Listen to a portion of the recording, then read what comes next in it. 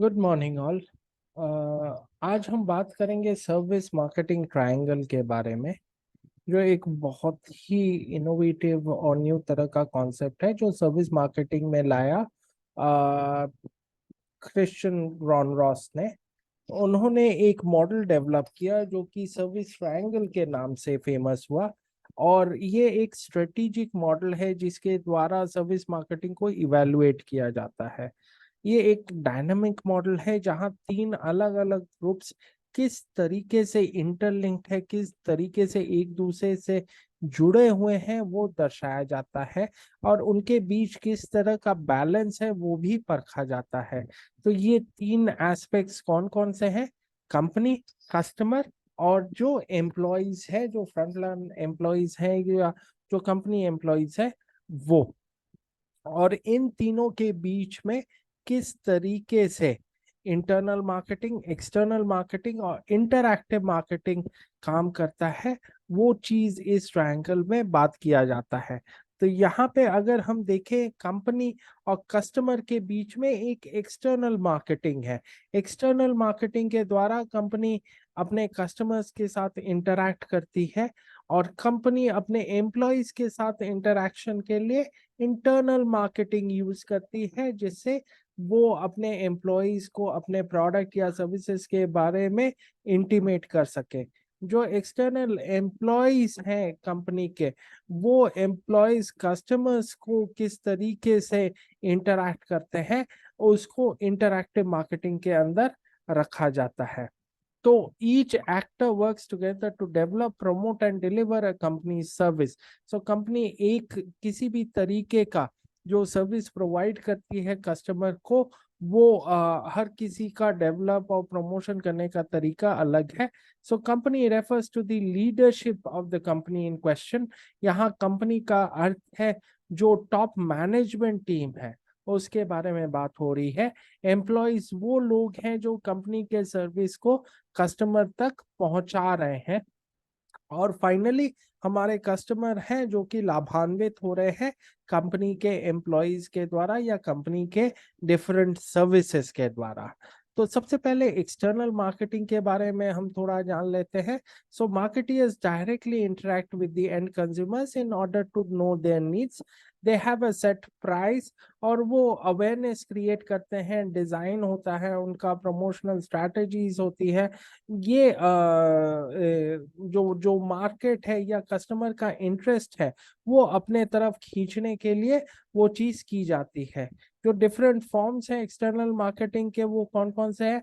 Advertising एक माध्यम है, पर्सनल सेलिंग माध्यम है, पब्लिक रिलेशनशिप्स एक माध्यम है जिससे कंपनी कस्टमर के साथ इंटरैक्ट करती है, डायरेक्ट मार्केटिंग एक वे है। तो जो एम है वो एक्सटर्नल मार्केटिंग के द्वारा कौन से लक्ष्यों को के प्राप्ति के लिए एक्सटर्नल मार्केटिंग किया जाता है?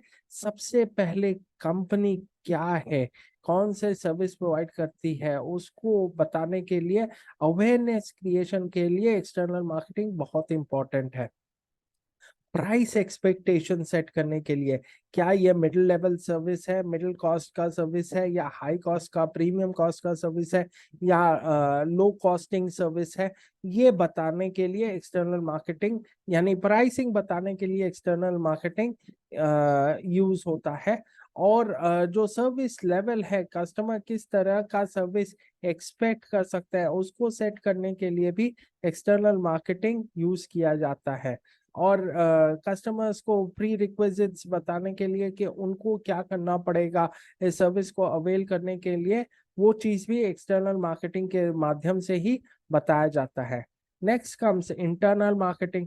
इसमें इंटरनल प्रोसेस जो है, जो सर्विस प्रोवाइडर है और जो वो किस तरह का प्रॉमिस किया है कस्टमर्स को, तो सबसे पहले मार्केटिंग करनी पड़ती है एम्प्लॉयज को, क्योंकि एम्प्लॉयज को पता रहेगा कौन से प्रोडक्ट है, कौन से सर्विसेज हैं, किस तरीके से कस्टमर को अप्रोच करना है, तो उनके लिए और इजी हो जाता है।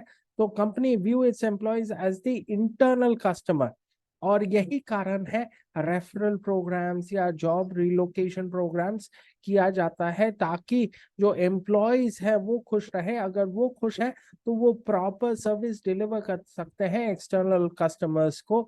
इसी को मद्देनजर रखते हुए जो ट्रेनिंग प्रोग्राम्स डेवलप किया जाता है, मोटिवेशनल प्रोग्राम्स डेवलप किया जाता है, टाइम टू टाइम उनको बताया जाता है कस्टमर सेटिस्फैक्शन टेक्निक्स के ऊपर।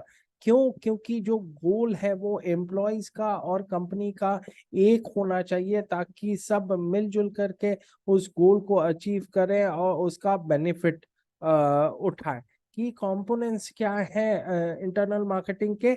एक मोटिवेटेड एम्प्लॉय सबसे बड़ा की कंपोनेंट है।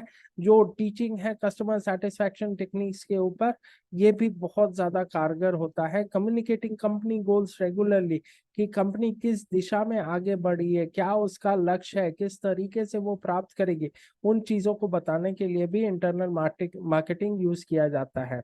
मैनेजमेंट ऑफ चेंज, किस तरीके से चेंज को मैनेज किया जाएगा, उसको भी इंटरनल मार्केटिंग में बताया जाता है। ट्रेनिंग और definitely the pay structure has to be good, the working conditions ऐसे होने चाहिए कि एम्प्लॉयज खुद ब खुद मोटिवेट हो वहाँ पे काम करने के लिए, और जो जो कंपनी के कस्टमर्स हैं उनको उम्दा सर्विस प्रोवाइड करने के लिए।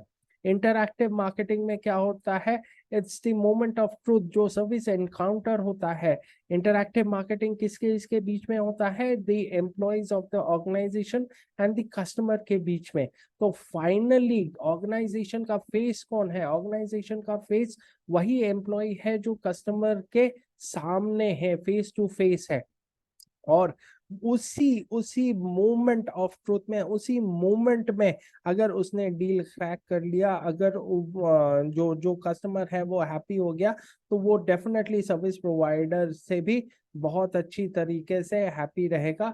और ये एक बहुत इम्पोर्टेंट कड़ी है सर्विस ट्रायंगल में, क्योंकि अगर एम्प्लॉय फेल करते हैं तो ऑर्गेनाइजेशन के पास या कस्टमर जो जो कंपनी है उसके पास और कोई दूसरा मौका नहीं है उस कस्टमर को वापस लाने के लिए।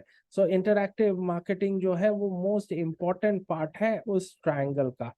तो अभी स्ट्रैटेजिक इम्प्लीकेशंस क्या है? सबसे पहला है, ये कस्टमर सेटिस्फैक्शन के लिए सबसे पहला है कन्वीनियंस होना चाहिए।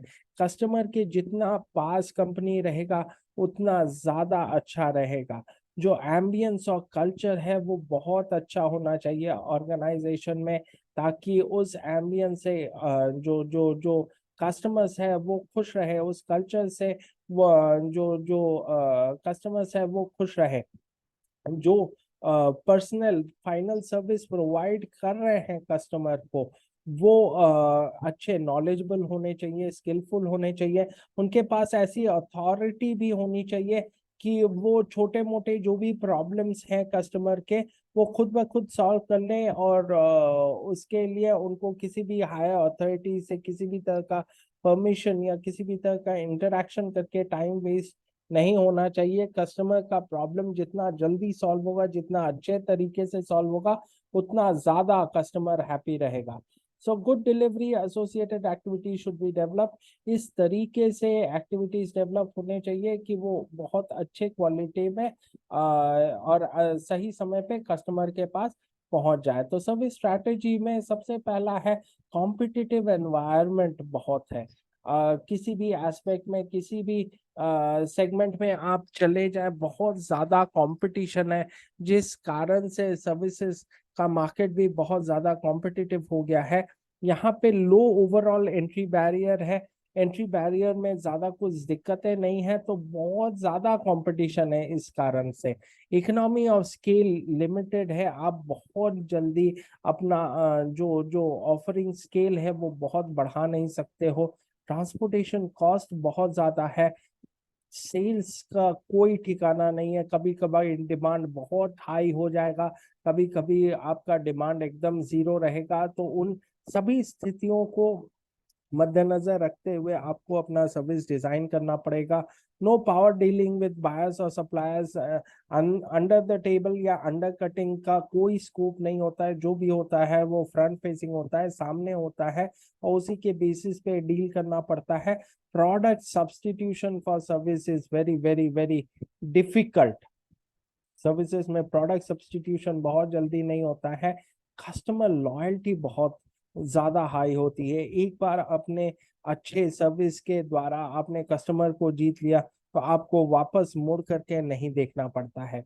एग्जिट बैरियर्स भी बहुत हाई हैं, बहुत डिफिकल्ट है एक बार आप घुस गए, क्योंकि एंट्री लेवल में बहुत सारी दिक्कतें नहीं है, लेकिन फिर भी सर्विस इंडस्ट्री में एक बहुत बड़ा चैलेंज है कि एग्जिट करते समय एग्जिट के बैरियर्स बहुत डिफिकल्ट होते हैं।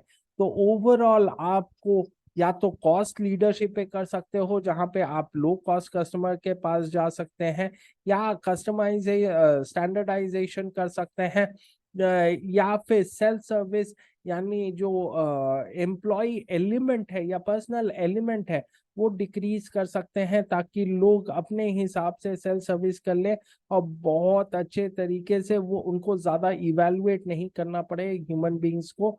या फिर हब एंड स्पोक मॉडल से आप नुक and corners of the city पहुंच सकते हैं, कि आप इतने ज्यादा अवेलेबल हो, कस्टमर के इतने ज्यादा पास हो कि कस्टमर आपको नजरअंदाज नहीं कर सके।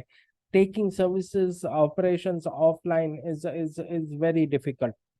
नेक्स्ट, आपका डिफरेंशिएशन होना पड़ेगा, कुछ ना कुछ अलग रखना पड़ेगा from the other service providers, ताकि जो जो कस्टमर्स हैं उनके लिए आप मेमोरेबल रहो। कस्टमाइजिंग द स्टैंडर्ड प्रोडक्ट, जो भी स्टैंडर्ड प्रोडक्ट है वो जितना ज्यादा कस्टमाइजेशन, जितना ज्यादा पर्सनलाइजेशन करेंगे आपके लिए उतना ही अच्छा है। एज एन ऑर्गेनाइजेशन आप कंज्यूमर्स के उतने ही करीब रहेंगे। Reducing the perceived risk in the minds of the consumer and giving attention to the personal training. And then finally the controlling the quality that is being provided to the customer, so that the customers are the get the best quality or service at the lowest cost possible. With this you would be able to win a large number of customers and you would be able to keep them attracted towards you. Thank you.